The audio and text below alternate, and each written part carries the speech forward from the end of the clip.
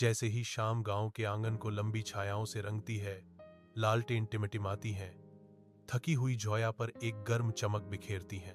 अकरम अपनी साइकिल पर आता है, एक मीठा सरप्राइज लेकर, जोया की पसंदीदा जलेबियों का एक बैग। अकरम चुपके से जोया के हाथ में एक मुड़ा हुआ नोट रखता है, जिसमें एक गुप्त कविता छिपी होती है। गांव में बारिश होती है। बारिश में भीगते हुए अकरम ओया को छत पर उसके साथ आने का इशारा करता है। देखो जोया, बारिश ने हमारे गांव को और भी खूबसूरत बना दिया है। अकरम कहता है। बारिश की बूंदें उनके चेहरों पर चमक रही हैं। साथ मिलकर हम इन सपनों को हकीकत बनाएंगे, जोया, अकरम वादा करता है। उसकी आंखें उसकी आंखों से मिली हुई हैं।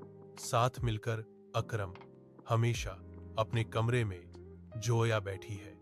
उसकी थकी हुई टांगे उसकी अथक प्रयासों का प्रमाण है। अकरम शहर से मिले उपहार, मालिश तेल को प्रस्तुत करता है। उसकी आंखों में कोमल देखभाल झलकती है। उनकी निगाहें मिलती हैं।